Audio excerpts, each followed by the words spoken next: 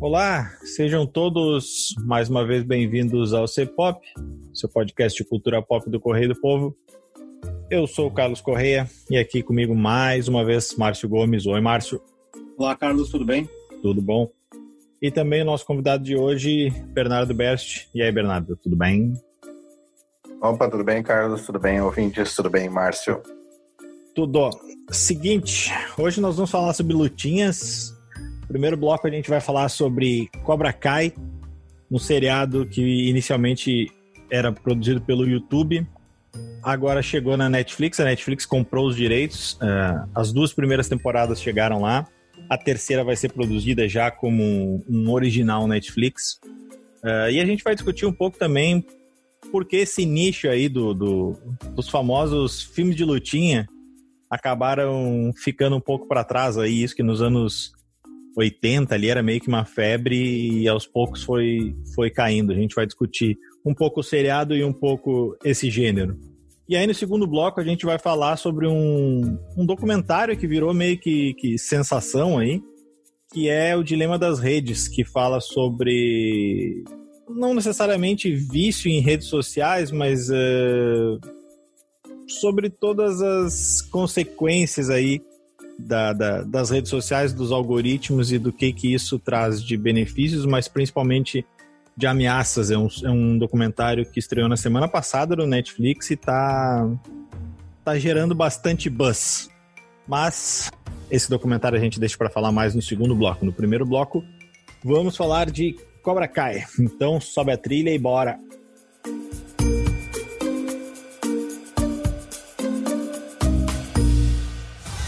Karate teacher? No. I'm gonna be your sensei. You'll build strength, you'll learn discipline, and when the time is right, you'll strike back.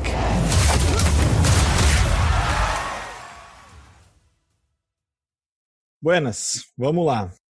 Cobra Kai, para quem não sabe, é um seriado que dá continuação ao Karate Kid, aquele clássico filme lá de 84, Daniel San, Professor Miyagi, Sensei Miyagi. O filme teve algumas sequências.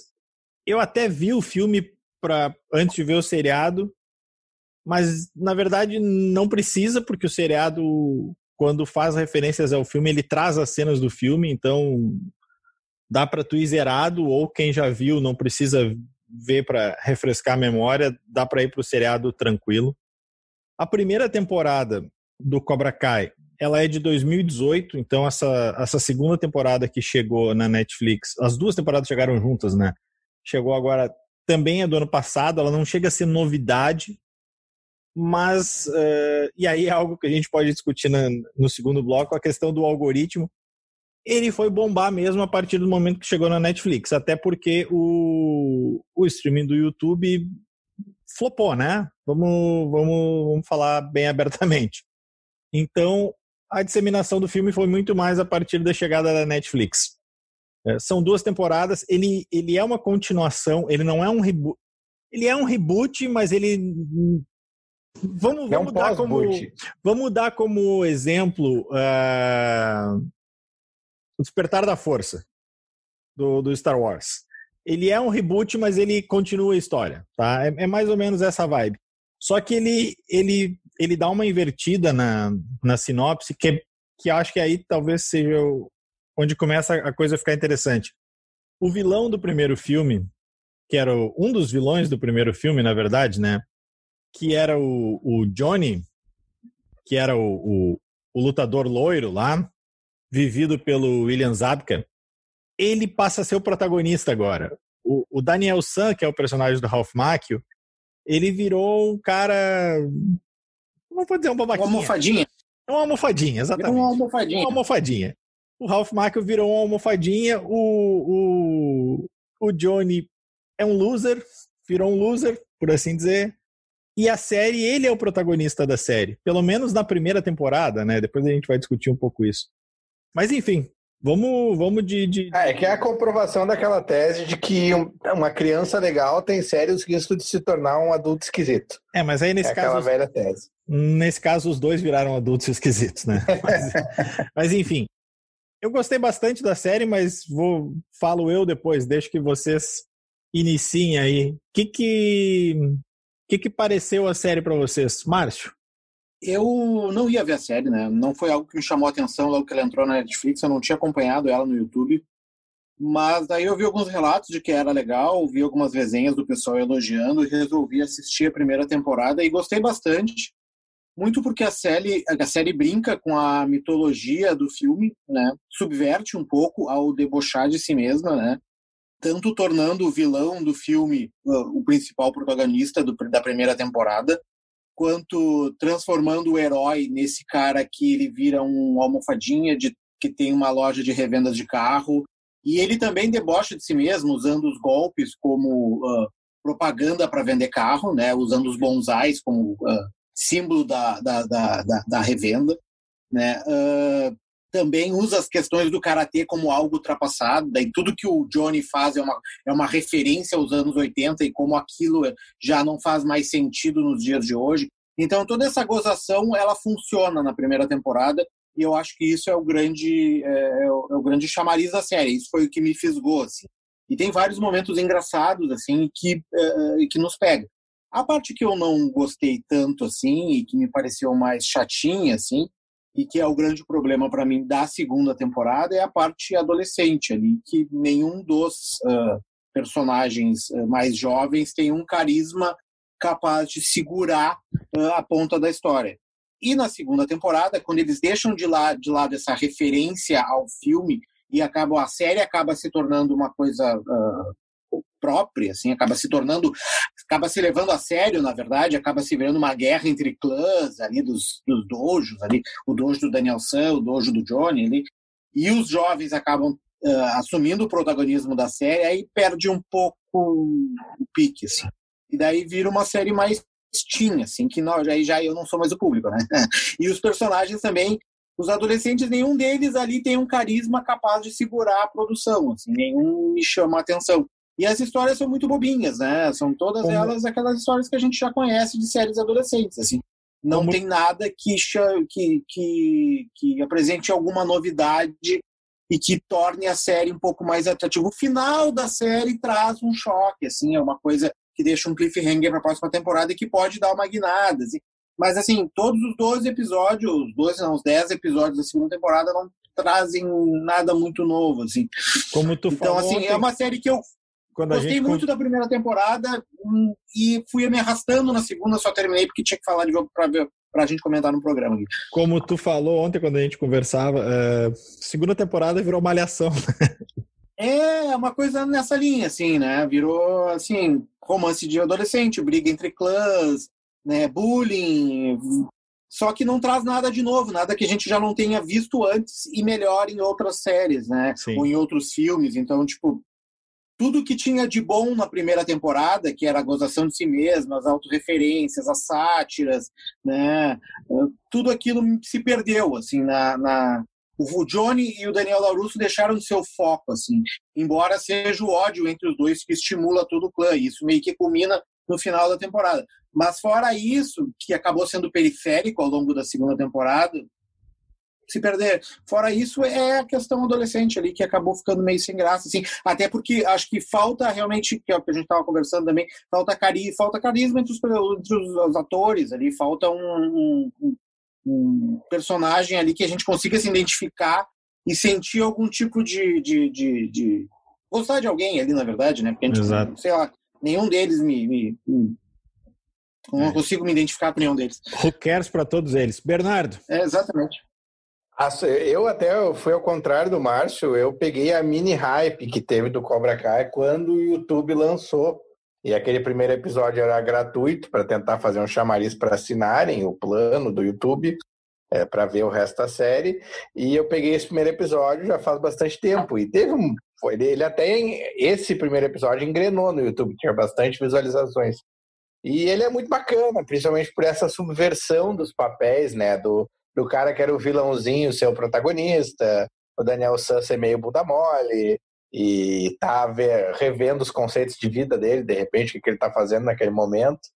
E isso torna essa brincadeira o mais interessante da série. e eu não vi a segunda temporada, né? Eu me atrasei nessa relação, e por isso me gera muita preocupação eles pegarem o principal destaque na verdade, o que torna o objetivo inicial da série e transformar numa outra coisa, talvez porque eles estivessem tentando engajar uma outra audiência para ver se ainda dava para dar certo no YouTube, o que parece que não aconteceu de qualquer forma. Mas eu acho que o principal, essa relação diferente dos personagens é o ponto mais forte, e a minha principal recomendação é não assistir o Karate Kid de forma alguma, para não estragar as suas lembranças nostálgicas da infância, porque não é um filme que envelheceu muito bem.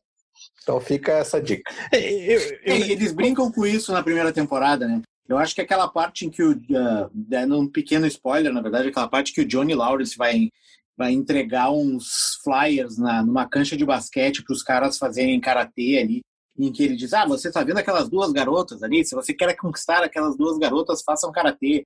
E os caras começam a rir, dizem, a gente vai conquistar, a gente vai falar com elas, a gente não precisa fazer karatê, entendeu?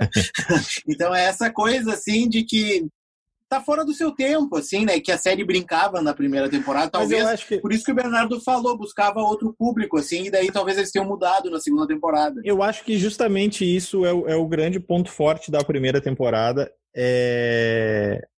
E aí, só fazendo um gancho, assim, eu acho que talvez eles tenham feito isso muito mais na primeira, do tipo assim, vamos pegar um público, e a partir do momento que a gente pegou o público, a gente faz a nossa história. Eu prefiro a história de antes atualizada. Ainda que eu tenha revisto o filme, e eu entendo que o Bernardo falou do filme envelhecer mal, eu não acho que ele ficou... Alguns filmes envelheceram mal em outro sentido de terem ficado politicamente incorretos. Eu até não acho que seja esse caso. E aí depois a gente discute um pouco sobre os filmes de lutinha, né? A questão é que... Ele envelheceu mal porque é brega. Exatamente. O primeiro filme é uma imensa mensagem de autoajuda de imã de geladeira, assim, sabe? É aquela coisa assim, nossa, a cultura oriental é a mais sábia. Então qualquer coisa tocava uma flautinha e o professor Miyagi falava uma frase de impacto. Só que são umas frases, muito brega, o filme é brega. E assim, se tu parar pra pensar, não tem nenhuma chance de tudo que aconteceu no primeiro filme acontecer. O cara era um desmilinguido, o Daniel San é um desmilinguido, era um franguinho, e aí o outro cara já lutava, era bicampeão. Nos últimos 2 anos o cara era campeão, o cara era 2 vezes o tamanho dele. Aí ele aprendeu a lutar karatê em 2 meses, sendo que 1 mês ele ficou encerando o chão lá. Ele aprendeu a lutar karatê em 2 meses, a estreia dele foi no campeonato e ele ganha todas as lutas. Não tem nenhuma possibilidade daquilo acontecer. Nenhuma possibilidade daquilo acontecer. Mas enfim. Mas daí tu tá subestimando o professor Miyagi, né? Não, eu tô subestimando a física. Mas assim, o que eu acho de prós e contras do seriado? E aí eu acho que justamente, pra mim, é o ponto forte da primeira temporada. Ele tira sarro e ele situa, vai lá, 26 anos, 25, 26 anos depois, a trama. O contexto no seriado é outro, mas o Johnny Lawrence, ele continua lá. E pra mim esse é o grande ponto forte da série, assim. O Johnny, ele continua parado nos anos 80. Ele vai lá, o discurso dele pros alunos é completamente ultrapassado, assim. É tipo, vocês não são mulherzinhas. Aí as gurias olham, assim, como assim? Aqui só tem, como é que é? Gordo. E aí ele começa a falar do lábio leporino do guri lá. Tipo, ele continua muito politicamente incorreto, mas não é algo maldoso ali. Tu vê que não é algo maldoso. Tem uma cena pra mim que eu acho ótima, que pra mim capta muito bem esse espírito, porque ele tira sarro, mas ele... E assim, isso é outra coisa. Ele não é desrespeitoso com o filme original. Que é quando ele tá falando com o protagonista tinha ali, o equatoriano, o Miguel, e aí ele diz pro guri assim, não, então prepara o teu treino, assim, e troca esse toque de celular aí, bota um Guns N' Roses. E aí o guri olha pra ele e diz assim, o que é Guns N' Roses? E ele responde, tá, vou fingir que não escutei. Porque assim, pelo menos para nossa geração, assim, Guns N' Roses foi a maior banda do mundo em algum momento, quer você goste ou não. Não tô entrando no aspecto musical aqui. E para essa nova geração, sabe, quem é Axl, sabe? Ninguém sabe. E tudo bem.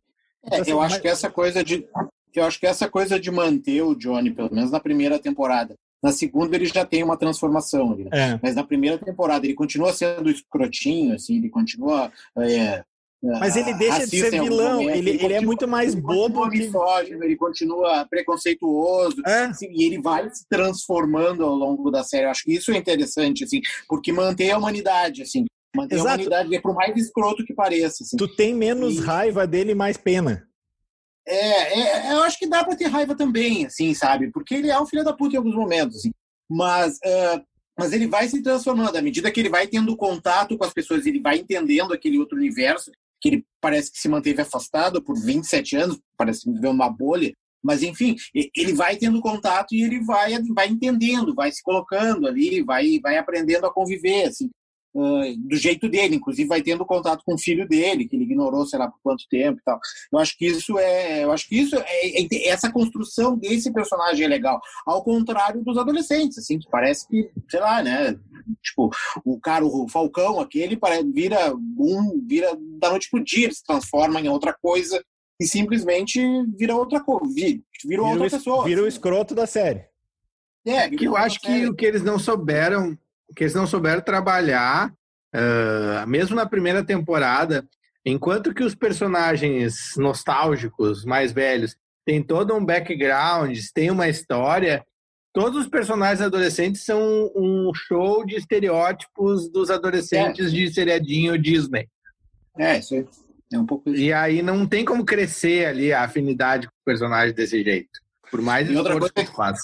E outra coisa que é engraçada, Daniel San aparece a primeira temporada inteira de terno, e na segunda temporada ele usa o terno uma vez só, que é quando a mulher cobra ele para ir na revenda lá de carros, e daí ele tem que ir lá, daí ele bota terno. O resto ele passa a segunda temporada inteira de calça de ginástica, de moletom ali, e tipo, também muda da água pro vinho, assim, porque a ideia é fazer ele se transformar num professor de karatê. Esse núcleo adolescente, na primeira temporada, não me incomodou, assim. Eu acho que ele estava ali mais para servir de apoio para os protagonistas e para fazer a história andar, com a história do filho do Johnny, da filha do Daniel San. Agora, na segunda, o problema é que eles pegaram e deram na história uma carga dramática, e a gente não vai dar spoiler aqui da segunda temporada, pelo menos, que aquele elenco não tem bala na agulha para segurar, assim. O elenco adolescente, assim, eu acho, a exceção da filha dele ali, que eu acho ok. Não acho adolescente na série, né? Porque todos eles têm mais de 20 anos, eu acho. Exato. Aparentemente, sim. A Tori, ela tem 20 e poucos também. Todos eles já têm. Mas assim, né? Não são adolescentes. A Tori também, na segunda temporada, me passa. A outra menina, a Aisha, é outra que passa. Tem um dos adolescentes que na primeira passa. Mas, no geral, ali, o núcleo, os adolescentes protagonistas, que são a filha dele, que a atriz é a Courtney Hengler, o Miguel, que... Não, na verdade a atriz é a Mary Loser. Hengler é a mulher do Daniel San. Mas enfim, o núcleo adolescente em si, ele não tem qualidade para segurar. O próprio Miguel ali, que o nome dele eu acho muito engraçado, que é Xolo Mariduenha. Assim como o filho do Johnny, que é o Robbie no seriado, o ator é o Tanner Buchanan. O filho do Johnny, para mim, ele parece saído de um clipe do Aerosmith dos anos 90, assim. Aquele cabelinho dele, inclusive tem, acho que o Márcio talvez lembre, é Crazy, né, que é o clipe que tem a Liv Tyler e a Alicia Silverstone, que lá pelas tantas elas estão num carro e entra um cara no carro, que o cara tá num trator e o cara sai do carro. É aquele mesmo cabelinho, assim. Tipo, se fosse aquele cabelinho para um personagem dos anos 90, beleza, em 2020, sabe? E assim, eles não têm bala na agulha em termos de dramaticidade para segurar. E acho que é um pouco o que o Marcos falou também, vira malhação, assim. Outra coisa que eu queria ver com vocês, e aí a gente já pode fazer essa ponte para falar dos filmes de lutinha, que eu acho que não é algo que eu ache ruim na série, mas também é algo que não me passou batido e causa um pouco de incômodo. Para uma série baseada em karatê, as lutas são muito mal coreografadas, as lutas são muito fracas. Eu acho que talvez as lutas sejam um ponto fraco do filme, assim. Que se fosse um filme qualquer, uma série qualquer, não teria problema. Mas uma série de karatê ter luta mal coreografada fica meio que um ponto estranho, né?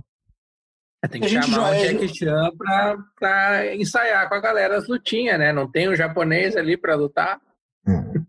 É que é uma gurizada lutando também, né? Tipo, tem uma cena no final da segunda temporada, tem uns guris de 10 anos ou menos lutando ali, né? Mas mesmo a cena, a primeira cena, a primeira luta do Johnny ali com os bullies, logo no primeiro episódio, cara, a impressão que dá é que, tipo, é o tiozão mesmo lutando, o cara não abre a perna direito. E faltou grana, provavelmente, né? Talvez agora com a Netflix bancando por trás, eles tenham um pouco mais de recurso para investir nisso que o Bernardo falou, da contratar uns caras, ou pelo menos uns dublês um pouco melhores. Contratar assim. O Jet Li ou o Jackie Chan, né? Porque assim, fica... A gente... O padrão hoje é outro, sabe? Talvez nos anos 80 essas lutas funcionassem. Hoje a gente está acostumado, e aí já vamos falar um pouco dessa coisa dos filmes de lutinha, que lá nos anos 80 era meio que febre. Antes disso já tinha, né? Os filmes de karatê, a própria série karatê, Kung Fu, tinha os filmes do Bruce Lee. Ali nos anos 80 tinha muitos filmes do Van Damme, né? O Grande Dragão Branco, acho que é o grande expoente nesse sentido. E o Karate Kid, acho que são os dois maiores filmes de luta dos anos 80, nessa coisa de torneio, né? Do cara que sentia que é o subestimado que vai lá e ganha de todo mundo. Mas além disso, os outros filmes de ação tinham um pouco isso.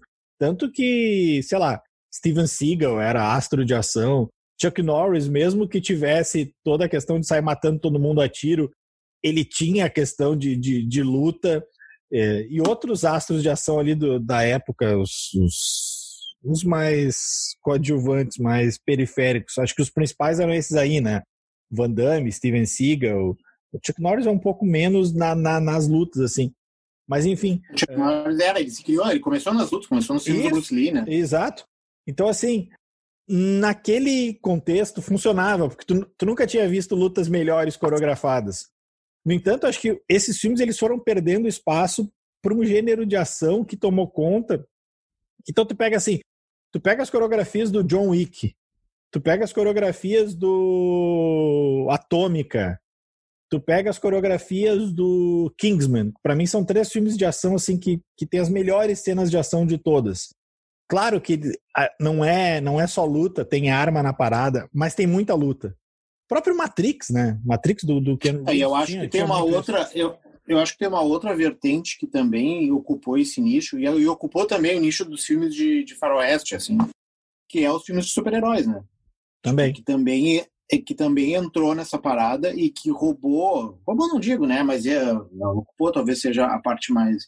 E que ocupou todo esse mercado, assim. E hoje, o que era filmes de Kung Fu e de Karatê, seja lá o que for que a gente assistia naqueles anos, hoje tu bota um cara com capo de máscara e é o filme dos Vingadores, é o filme do Batman, é o filme do Capitão América, enfim, que são todas essas cenas de lutas que a gente via antigamente em filmes de ninja, né? E que hoje a gente acaba, com exceção em filmes, talvez, do filmes asiáticos, que ainda mantém essa cultura, e tu ainda vê alguns filmes de ação que tem muita luta corporal, assim, mas se não é muito em filme de herói mesmo, em alguns filmes que tu mesmo disse que tem muita arma junto, né? E mesmo esses filmes... claro que ainda tem alguns filmes nesse sentido de ter mais luta, mas eles pegaram outro gênero, assim.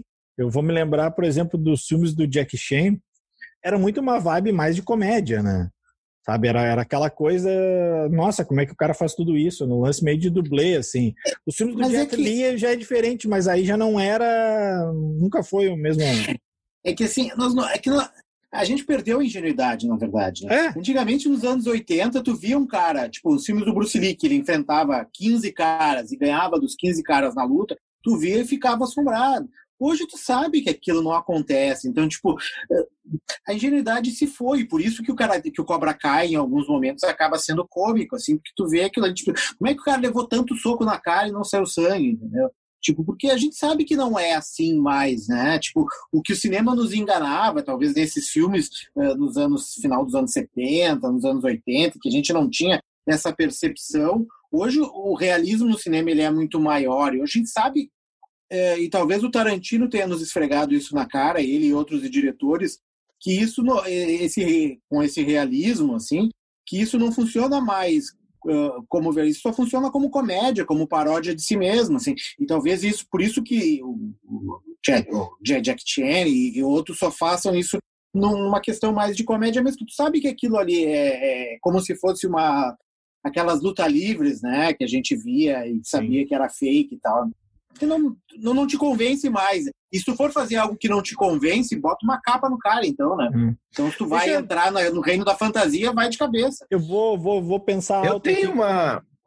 Deixa só eu vou pensar alto com vocês me dizem se a minha tese tem algum sentido ou não. Bernardo, tu acha que o MMA também estragou um pouco os filmes de luta? Porque daqui a pouco tu vê a luta ali, né? E ela é muito mais sem graça que os filmes. Né? E ali é real. Eu acho que tem duas questões. Tem essa questão do crescimento da cobertura das lutas, essas mais livres e não do boxe. Mas, ao mesmo tempo, isso poderia ter potencializado os filmes se eles soubessem explorar essa vertente. Eles tentaram fazer uns filmes gosta de ver MMA que nunca emplacou, né?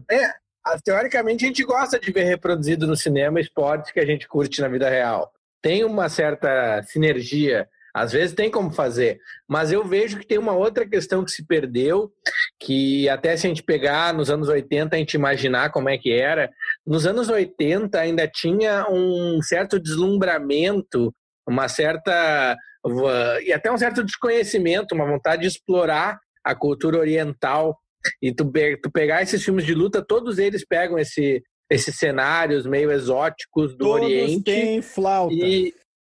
Como é que é? Todos têm uma flautinha na hora de...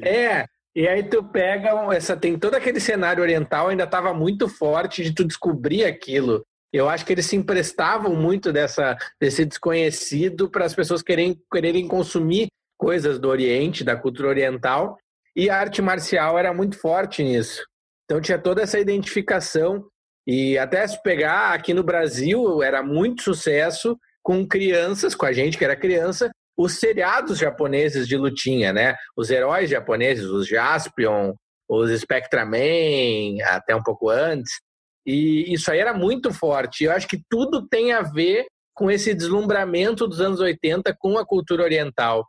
E um pouco disso foi se espalhando por vários meios. E aí eu vou botar também mangá, anime, que eu acho que um pouco disso também foi pro mangá e pro anime, e daí foi espalhando assim o potencial que os filmes de lutinha tinham, junto com essa concorrência com os esportes de luta, com outras coisas, e com o fim da inocência de essas lutas aí são muito fake, porque realmente as lutas orientais e nos seriados japoneses é tudo muito espalhafatoso e óbvio que não está acontecendo.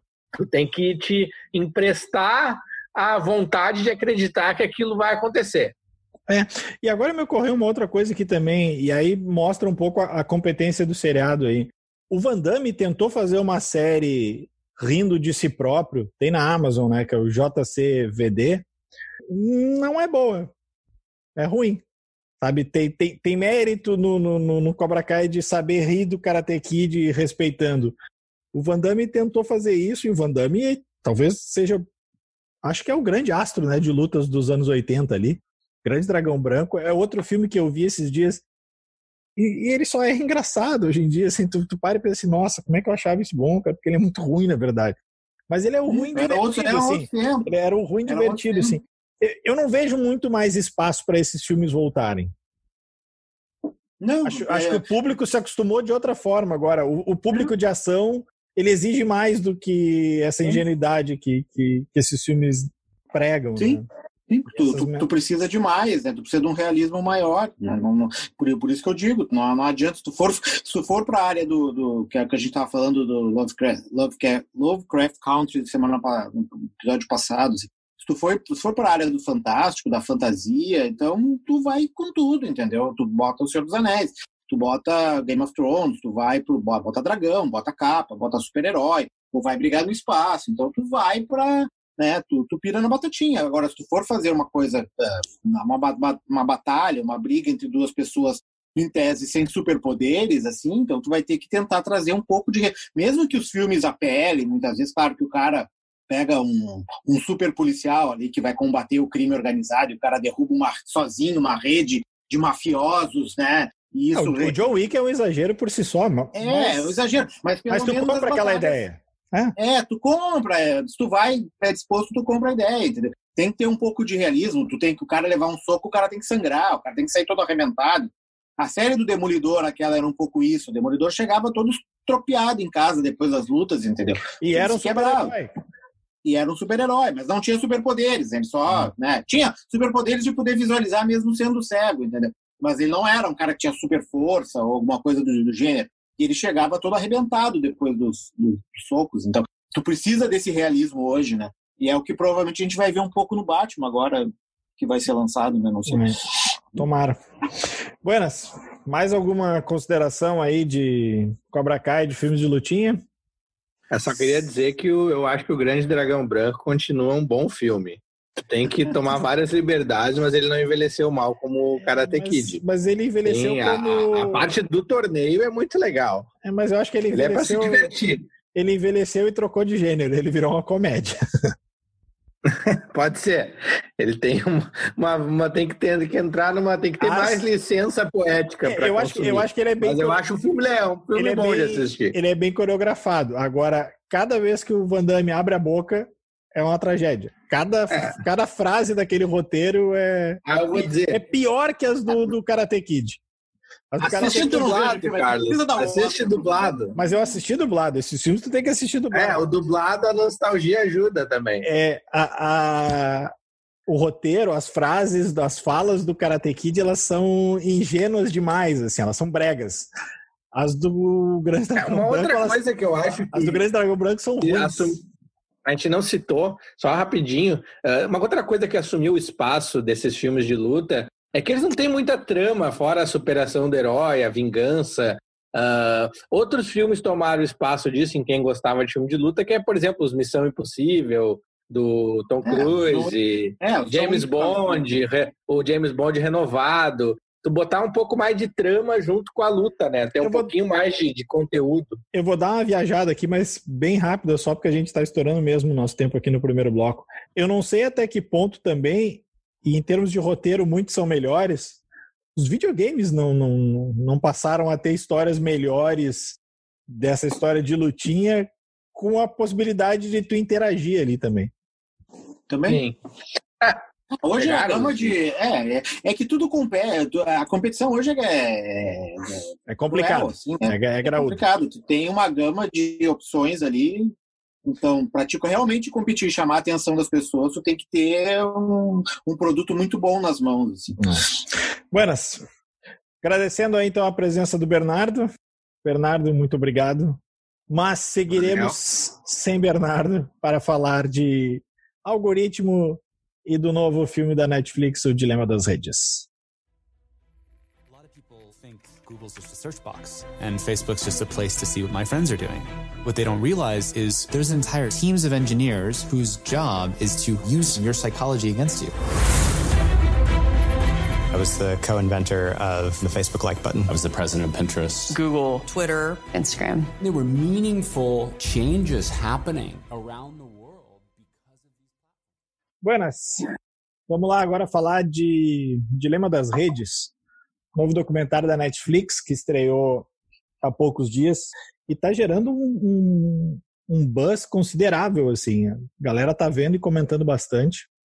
Não é necessariamente um filme que traga uma questão nova, mas eu acho que ele é bem fechadinho no sentido de ele traz um bom resumo de tudo que tudo que acontece aí. Eu inicialmente achei que ele ia ser uma coisa mais de, tipo assim, do vício das pessoas nas redes sociais, focado nas pessoas, assim, tipo, olha, os perigos do vício, assim, mas é um pouco isso, mas é sobre outro aspecto, principalmente. Ele pega o aspecto das empresas, né? Do Facebook, do YouTube, do Google, do Twitter. Acho que a gente pode resumir a Facebook e Google, né? Porque fora, esses dois é que tem quase tudo, né? Mas, assim, ele traça um panorama talvez assustador até, de que essas empresas, elas têm todos os nossos dados, elas direcionam as nossas atenções ao seu bel prazer, mais do que isso, ao seu bel prazer para lucrar com isso. Não é uma questão de falta de privacidade no sentido de que eles vão saber onde é que eu tô e eu tô sendo vigiado. O Google tá meio que cagando e andando se eu tô aqui ou tô na esquina, ou se tu tá com uma pessoa que ninguém pode saber que tu tá. Não é essa a questão. A questão é se tu tá perto de um restaurante para ter o anúncio daquele restaurante, é dados. Eles não estão interessados no Carlos ou no Márcio, eles estão interessados nos dados que o Carlos gera, nos dados que o Márcio gera para formar o que o documentário lá pelas tantas fala lá de um super cérebro com dados, mas isso tem consequências diretas nas nossas vidas a partir do momento em que daqui a pouco a gente acha que a gente tem uma autonomia que a gente talvez não tenha tanto assim. Mas estou me passando aqui já. Márcio, o que te pareceu esse documentário, hein? Eu gostei do documentário, eu acho que, como tu disse, ele não traz nenhuma grande novidade, mas ele consegue estruturar e dar de forma didática algumas das grandes questões que a gente discute ou lê em vários canais diferentes, assim, seja na literatura, seja em podcast, seja em vídeo, seja em vários outros locais. Tem uma parte ali que eu achei meio... não gostei tanto, assim, que é a parte do filmezinho ali que tem no meio, que eles tentam... Eu entendi por que tá ali, que é para tentar tornar aquilo mais didático para as pessoas. Acho que é para aproximar, né? Tu consegue... mas... eu concordo contigo. Eu não gostei também, para mim ficou fora de tom. Eu entendo a intenção de que é fazer tu se identificar com aquilo. Mas eu acho que não funcionou tão bem, assim, pelo menos para mim, não sei. E eu também fico meio assim com a questão apocalíptica, sempre com essas visões muito otimistas ou muito pessimistas da história, sempre me incomoda um pouco, assim, porque não sou um cara que não muito 880, assim, tipo, eu acho que sempre tem um viés mais, sempre tem um outro caminho, assim. E também acho que tem uma visão muito centrada na questão da tecnológica, assim, que foge um pouco, que descontextualiza das outras questões socioeconômicas e políticas, que também influenciam nas formas como a gente consome e como a gente se posiciona em algumas questões, assim, que nos levam a tomar certas decisões ou consumir certos conteúdos, enfim. Mas eu acho que ele é importante, eu acho que aponta problemas relevantes e que a gente enfrenta no dia a dia. Eu acho que a gente pode dar exemplos pessoais de coisas que nos afetam, assim, que me afeta. Eu consegui me identificar muitas vezes ali, entendeu? Para dar um exemplo, eu estava vendo o documentário e começava e parava de tempos em tempos para conversar no WhatsApp com o Carlos, que ficava me mandando áudio. Então eu ficava vendo e ficava no WhatsApp. Então, tipo, era a questão não era da notificação, porque eu não tenho mais notificação no meu celular, mas era da necessidade de ficar mexendo no celular, que é aquela questão psicológica que as empresas utilizam para nos fazer ficar o tempo todo mexendo nos aplicativos, né? Então, eu acho que ele é importante. A gente pode entrar em vários dos aspectos ali que eles abordam, mas é um documentário bem estruturado, assim. Eu acho que várias questões importantes foram abordadas. Eu entendo ali quando tu fala que te incomoda um pouco o aspecto apocalíptico. Eu, como sou um pouco mais pessimista, na falta de um termo melhor, pessimista, eu tenho medo de que eu não ache tão apocalíptico assim. E acho que as coisas estão piorando numa progressão geométrica e não aritmética. Então, assim, a gente vê uma piora dessas relações muito evidente, assim, e para mim chama muito a atenção e às vezes é esclarecer. Tem algumas coisas ali no filme que são esclarecedoras. Eu vou pegar um exemplo. Quando eles falam das eleições dos Estados Unidos e eles falam na influência da Rússia, e as pessoas ficam naquelas assim, foi hackeado, não foi hackeado, mas como é que os caras podem influenciar teu voto ou não influenciar teu voto só com mensagens no Facebook? Não é tão direto assim, a coisa é mais indireta. E por ser mais indireta, é mais perigoso porque é muito sutil, tu não percebe isso. E ali no filme eles falam, a questão não era influenciar, do ponto de vista russo, tá? A questão não era influenciar a favor do Trump contra a Hillary naquele caso, porque não posso estar enganado, mas naquele primeiro momento também os russos teriam influenciado a favor do fugiu o nome do outro candidato, da esquerda lá, o Sanders, o Bernie Sanders, favorecendo ele em prol da Hillary, porque depois seria mais fácil de ganhar. A questão é, o que foi feito a partir dessa influência do Facebook? Foi uma radicalização, sabe? Não, tanto faz quem ganhasse nos Estados Unidos a eleição. E acho que isso agora está mais evidente ainda. A aposta, se a gente tomar como verdadeira essa história de uma força exterior agindo ali via Facebook numa eleição de outro país, no caso da Rússia e dos Estados Unidos, é tu criar uma divisão tão extrema que fica inviável, seja quem for o novo presidente. E lá pelas tantas, um dos entrevistados, isso eu acho outro ponto positivo, porque não são especialistas, autores que escreveram sobre o tema, mas que, sabe, estão vendo a coisa de fora. Ele traz muita gente de dentro, né? Esse Sim. cara aqui é o cara que ajudou... Os que criaram a coisa. Esse cara aqui é o que criou o botão do like. Esse cara é o cara que participava dos e-mails do Google. Como é que faz o e-mail do Google? O chat do e-mail. Tem gente de tudo ali. Tem gente que trabalhou no Facebook, tem gente do Google, tem gente do Instagram, tem gente de todas essas redes sociais. Então, assim, isso é o mais assustador e a gente vê aqui. A gente vê uma radicalização aqui que a gente acha que é só uma questão política e é só uma questão de noticiário, e não é. E isso é outro ponto importante, porque o filme lá pelas tantas fala, e dá um exemplo muito claro, quando ele diz assim, isso eu tenho certeza que todo mundo já parou e pensou em algum momento, que é assim, meu Deus, cara, como é que o cara pode pensar isso, sabe? Ele não vê tudo que está acontecendo, ele não lê as notícias, e o cara diz assim, não, ele não lê. Não lê as mesmas notícias que tu, porque as notícias são direcionadas, e o problema dessa questão do Facebook é, em alguns casos, eles estão te direcionando, e aí não é uma coisa se o Facebook está fazendo isso propositadamente para gerar o mal. Não, o algoritmo está fazendo para gerar dinheiro, foda-se as consequências. Então, assim, é assustador que eles peguem e mostrem o seguinte, olha, se tu é um cara que acredita na Terra plana, o Facebook começa a te dar mais indicações de vídeos e grupos que acreditam em teoria da conspiração. Sabe? Isso é evidente. Aqui no Brasil é um negócio evidente. Eu não vou entrar no aspecto de política aqui, mas nunca teve tão evidente, sabe? Essa proximidade é que me assusta. Sabe? Não é algo que a gente se assustava com questão, por exemplo, do mudança do clima. Isso que a gente já está vendo, mudança do clima. Era aquela coisa assim, isso é uma coisa para daqui 100 anos, é uma merda, mas, sabe, não é a nossa geração. Primeiro que a nossa geração já está se incomodando com mudança climática e vai se incomodar cada vez mais.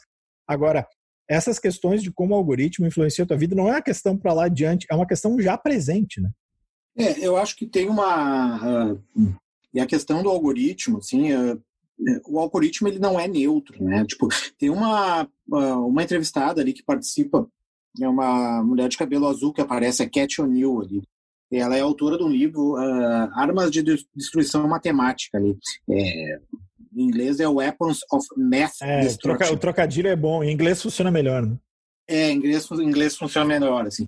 Em que ela trata, eu não li todo o livro ainda, estou na metade, mas tipo, ela trata exatamente isso, assim, que todos esses dados e todas essas ferramentas que a gente cria em cima de dados, todas elas são criadas, por mais que sejam de inteligência artificial, elas são criadas por seres humanos, assim, e elas refletem todas aquelas questões em que a gente trabalha no dia a dia. Então, elas refletem os nossos preconceitos, as nossas dificuldades, as nossas dúvidas.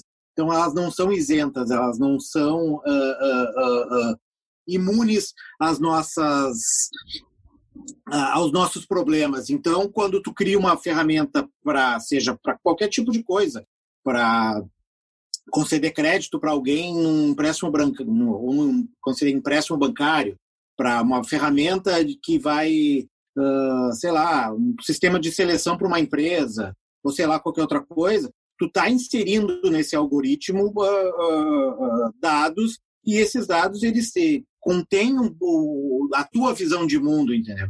E tudo isso influencia a forma como tu vai contratar pessoas, como tu vai conceder empréstimos, e isso vai influenciar futuramente a forma como a vida dessas pessoas vão sendo direcionadas, assim. Então, o algoritmo e a forma como o algoritmo ele é usado, ele não é neutro, né? Então, a gente entregar tudo para o algoritmo e acreditar que o algoritmo vai, como o livre mercado, o algoritmo vai transformar o mundo de uma forma igualitária, ou que ele vai entregar o conteúdo que é melhor, ou ele vai nos entregar a verdade, não vai funcionar.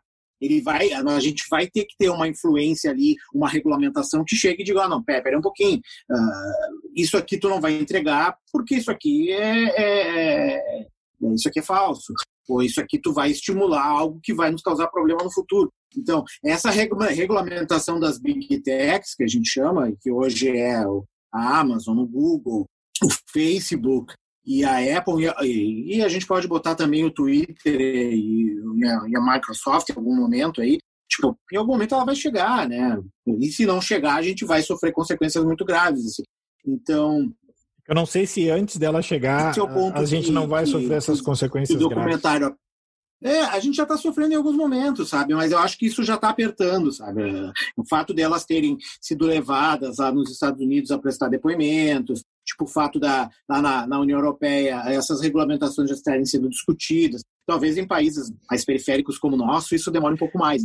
Mas em alguns outros campos, isso já está chegando. O exemplo que eles citam de Mianmar, né, é assustador. Sabe? É um país onde a internet é o Facebook. E tem uma outra, assim, tem uma frase ali de um outro cara que ele fala que parece algo distante, parece forçado, e se tu for ver, não é. Que alguém pergunta assim, qual tu acha que é o problema, assim? E o cara diz assim, no curto prazo, guerra civil. E aí tu pensa assim, cara, para onde que esse cara tá falando? A gente vai achar que o cara tá falando de algum país sul-americano, o cara tá falando de algum país africano. Não, o cara tá falando de Estados Unidos, cara. Aí tu pensa assim, aí que eu acho um pouco, acho um pouco exagerado. Não, eu entendo, mas eu assim, ó, a gente tá gravando esse programa na quarta-feira, dia 16. No domingo agora, saiu uma matéria no The Guardian que é... Quem não sabe quem é o cara, dá um Google aí, procura Roger Stone. Tem um documentário no Netflix também bem bom, que é alguma coisa Roger Stone. Bota Roger Stone no Netflix aí que tu vai achar. E aí, esse Roger Stone é um cara que atua muito nos bastidores da política dos Estados Unidos, não por vias legais, né? Vou ficar no termo mais calmo, assim, por assim dizer, mais respeitoso. Ele estava preso até muito pouco tempo, não por acaso, né? E aí, às vésperas da eleição, deu uma decisão lá e a Justiça dos Estados Unidos... Get Me Roger Stone é o nome do filme. E a Justiça dos Estados Unidos libertou ele. Tá envolto a novos processos. Esse cara é conselheiro do Trump e esse cara no domingo pegou e disse assim, eu aconselho o presidente Trump a, se não ganhar as eleições, decretar lei marcial. E, pô, isso agora, domingo. Sabe? Os Estados Unidos já vivem um clima de acirramento muito grande. Eu acho improvável... Acho improvável, mas há 5 anos atrás eu acharia impossível. Hoje eu acho improvável, não impossível. É que a gente tem que ver o que é conceito de guerra civil, né, Carlos? Eu acho que aí, quando a gente começa a jogar palavras ao léu, assim, e é o que eles fazem ali muitas vezes no documentário, em alguns documentários. Tipo, Guerra Civil Americana é uma guerra do século XIX ali, né, que dividiu o país ao meio, entendeu? Que as pessoas se mataram, morreram, né? Uma guerra que tinha como pano de fundo. As pessoas estão se matando nos Estados Unidos, Márcio. Não naquela proporção, não, entendeu? Claro. Pois é, então essa o que eu acho é que isso, a questão é então, que... eu acho que a gente tem que ter cuidado com as palavras em algum momento, entendeu? Porque senão tudo acaba... E essa é uma coisa importante, assim, porque eu acho que senão tudo acaba virando guerra civil, ou tudo acaba virando... E as palavras perdem o sentido, e daqui a pouco, quando realmente chegar a coisa, a gente não percebe. Mas eu acho assim... eu acho que eu falo muito mais no sentido de... Quando a gente começa a gritar lobo o tempo todo, quando o lobo chega... E a gente está vendo isso em muitos momentos, assim, em várias democracias. Não sei até que ponto o lobo já não está aí, né? Pois é, porque se gritou o lobo o tempo todo, entendeu? E aí, quando o lobo chega, o lobo já não assusta mais. O que me parece, então, mas aí a gente entraria numa discussão geopolítica que não é o caso. É como o filme deixa claro de que forma as democracias estão ameaçadas. Sabe? Não, acho que sim. Isso é evidente. Sim. As instituições estão ameaçadas, mas aí um cenário apocalíptico, em que nós vamos viver autocracias em todo o planeta, em que a gente vai viver o mundo, né? Eu acho que aí é um pouco... Né? Eu gostaria de não achar tudo isso, mas não sei. Deixa eu te perguntar o seguinte, tu já falou um pouco antes ali pra gente se encaminhar pro final aqui.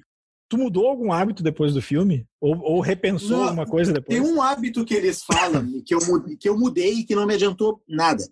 Mas eu já tinha feito antes, entendeu? Já faz uns 2 anos que eu fiz isso, que é a questão das notificações. Eu peguei exemplo até do aeroporto de Dubai, lá, que é um aeroporto silencioso, né? Não sei se tu lembra, em que é um aeroporto que não fala, então, né, só dá os sinais via... Como é que é? As televisões que ficam ali, né? Os coisas. E pegando de exemplo ali, naquela época eu meio que me desabilitei todas as notificações do meu celular, então nada pisca, nada apita no meu celular, mas isso não evita que eu pegue ele a cada 20 minutos, assim, porque como eu trabalho com isso, as pessoas me mandam mensagens. A gente trabalha com informação, né? Exatamente, mas todo mundo trabalha com alguma coisa, então eu imagino que para as outras pessoas também essa questão especialmente para mim, do WhatsApp, ele é muito importante. Assim. Só uma curiosidade. Então eu tenho que saber... A de Dubai, tu desligou para quê? Para não chamar a atenção quando apitasse?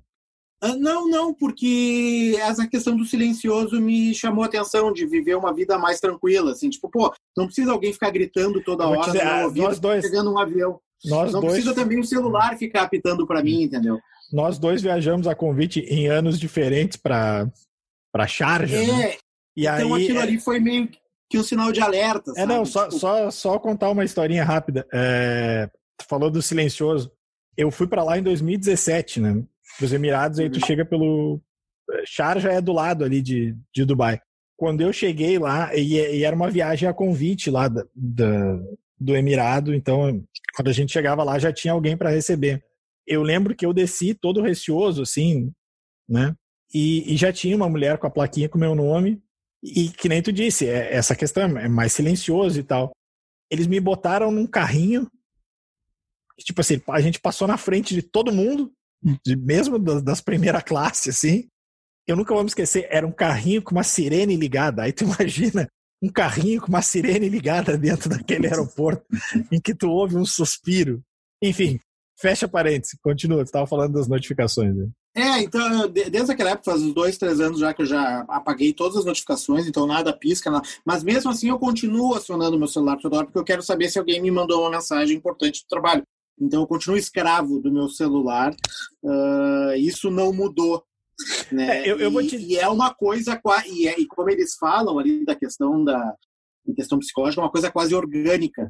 Tipo, vício. Então eu me treino por exemplo, eu tento não pegar meu celular até depois de eu tomar meu café da manhã. Eu acordo, né, escovo os dentes, vou ao banheiro, tomo meu café, e daí depois disso que eu pego meu celular e vejo o que tem. A não ser que alguém me ligue, mas não. Então eu tento fazer essas regras, assim, e tento ao longo do dia também, né, até porque tem criança pequena em casa, então tento que ela também não se espere. Mas é difícil. É difícil a gente conseguir romper esse vínculo. Se assim. fala muito, assim, de que tem estudos de que é aconselhável tu deixar, seja o celular ou qualquer dispositivo desses, meio que longe, assim, pelo menos 1 hora, na melhor das hipóteses, assim, meia hora antes de dormir, né? Que tá provado que não faz bem, assim. Mas é difícil, eu confesso que eu não consigo.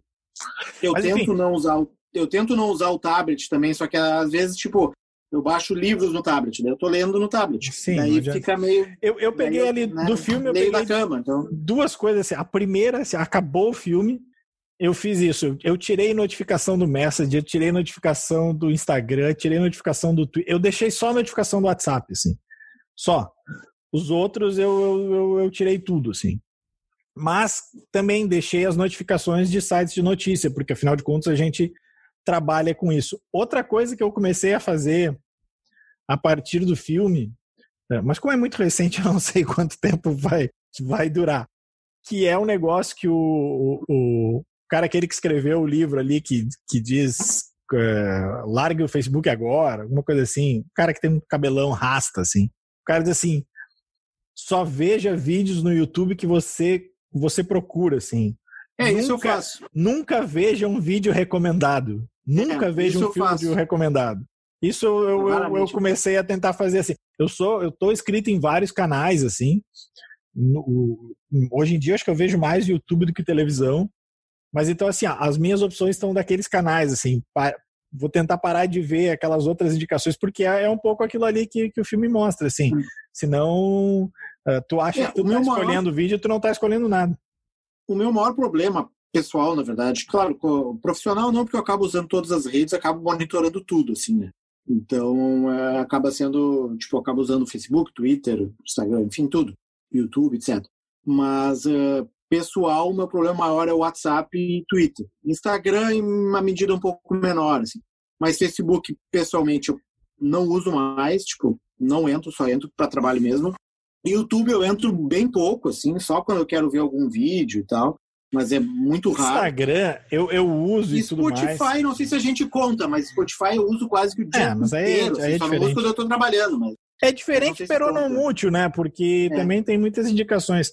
Para encerrar...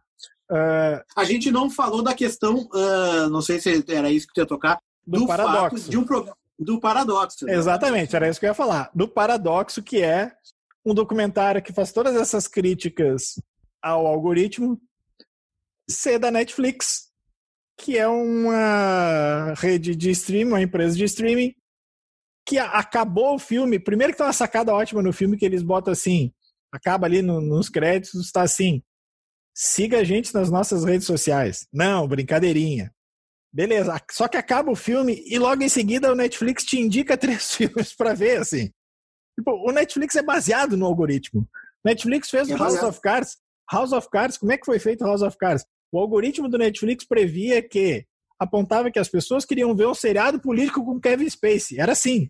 Os caras foram lá e fizeram um seriado político com Kevin Spacey. Stranger Things não saiu de uma mente criativa. Stranger Things, olha, a gente quer ver algo, ficção científica, com alguém dos anos 90, com crianças. Tá lá, saiu...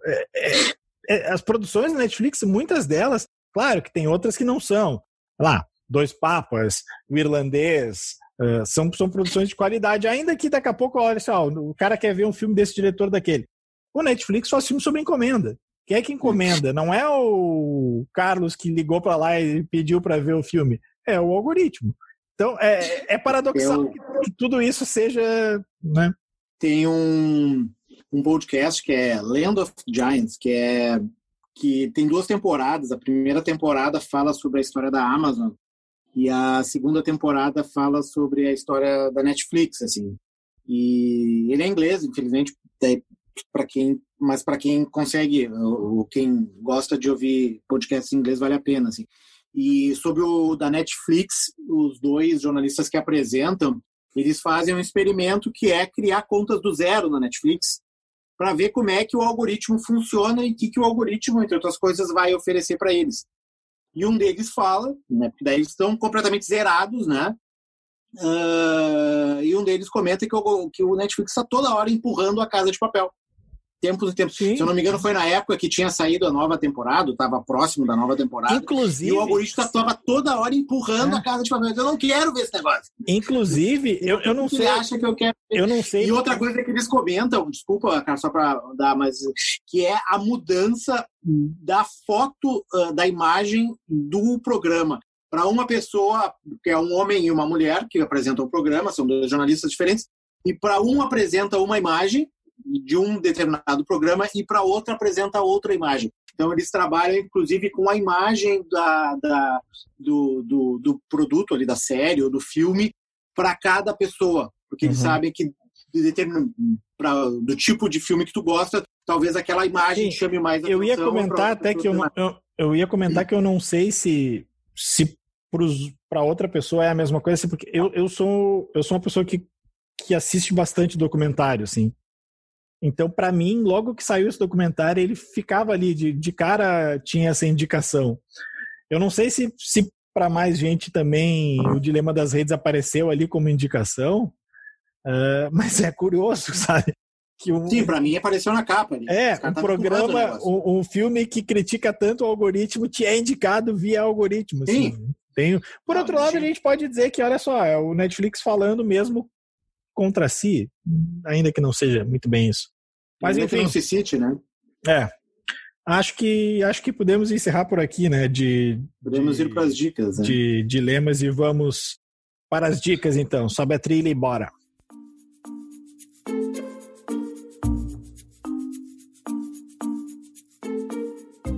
Vai lá, Márcio, tuas dicas aí. Bom, eu vi bastante coisa no período que eu estava de férias. Eu vou dar uma dica, então, de um filme que daí eu não sei onde é que ele está, o pessoal vai ter que tentar catar, que o nome do filme é Swallow, em inglês. Eu não sei se ele tem já nome em português. Para procurar também, ele vai aparecer várias coisas estranhas por esse nome aí, Swallow. Aí é a história de uma mulher que tem um casamento meio que perfeito, entre aspas, com um marido rico, então ela abandona sua carreira, abandona tudo, meio que vive como dona de casa, assim, e tem uma vida meio entediante, assim, né, tipo, é sustentada pelo marido, faz tudo, né, não tem muitas emoções, e a partir de certo momento ela começa a ter algum tipo de alegria, ou de emoção, ou de tensão, engolindo objetos. Ela começa engolindo uma bolita, depois ela começa engolindo o prego, e a partir daí ela começa engolindo outras coisas. Até que isso começa, obviamente, a se tornar um problema e uma compulsão para ela, enfim. E toda a história se desenrola a partir daí, assim.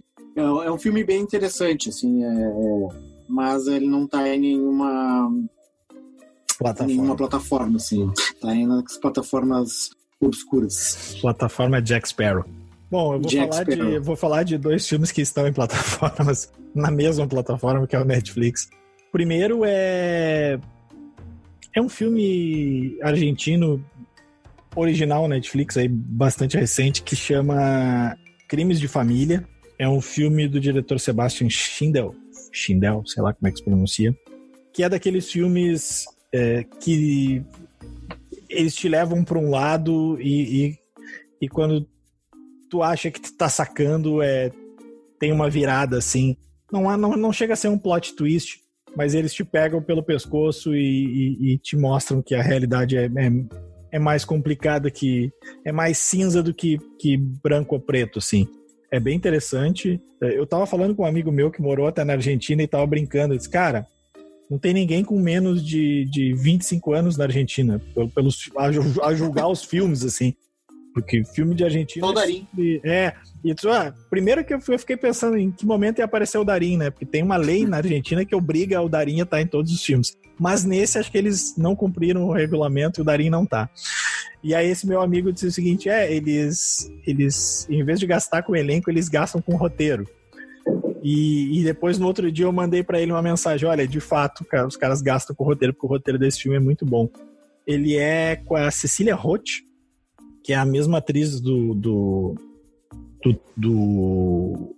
ai, me fugiu. Tudo Sobre Minha Mãe, do Almodóvar.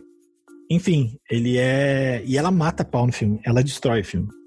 E a minha outra dica é bem rápida, é um filme que, pelo que eu percebi agora, ele entrou há pouco tempo no Netflix. Se tá há mais tempo, me desculpa, mas de qualquer forma vale a dica. Que é um filme de 91, que é o Boys in the Hood, que é Os Donos da Rua, do John Singleton, que morreu até há pouco tempo. Parece aqueles filmes do Spike Lee, até por assim dizer, né? Sim. É um filmaço, cara. É um filmaço, assim, trata sobre racismo, gangues e tudo mais, mas é um dos melhores filmes desse estilo que eu já vi na vida. Só pra dar uma dica aqui que seja mais fácil do pessoal achar, já que essa minha é meio obscura. É um filme que, não sei se chegou a ver, Vivarium. Tá nos Telecine da vida, é com Jesse Eisenberg, o cara que fez o Mark Zuckerberg no rede social aquele. É a história de um casal que eles estão à procura de uma casa, eles vão visitar uma casa num condomínio fechado, e enquanto eles estão visitando a casa, o cara que leva eles para visitar a casa, o corretor de imóveis, some, desaparece, deixa eles dentro da casa, eles saem da casa e não conseguem sair do condomínio fechado. Ficam presos num labirinto ali. E daí o filme todo é eles tentando sobreviver ali e sair do labirinto fechado. É uma coisa meio distópica, assim. Tipo, não sei se ele é terror, ficção, sei lá muito bem o que é a história. Depende do condomínio fechado. Depende do condomínio fechado, assim. Mas é um filme bem interessante, são quase apenas 2 personagens, assim, convivendo. Mas é uma história bem assustadora, assim, sei lá como é que a gente pode dizer, assim, uma metáfora da nossa vida suburbana, assim. Mas é bem legal, assim, é bem filme bem tipo Invasores de Corpos, assim, uma coisa... Filme leve, filme levinho. Assim. Um filme levezinho pra ver um sábado, uma sexta-feira à noite, comendo pipoca. Então tá, a gente vai agora sim fechando por aqui, agradecendo a audiência de todo mundo. A edição desse programa é a do Aleph Alencar. Lembrando também para seguir a gente nas nossas redes sociais. A gente está no Instagram, no @cpop_podcast. Tem a nossa playlist no Spotify, Cpop Correio do Povo. Também no YouTube do Nos siga nas redes sociais, né? Nos siga nas redes sociais. E também no YouTube do Correio do Povo. Certo? A gente vai ficando por aqui. Até semana que vem. Um abraço e tchau.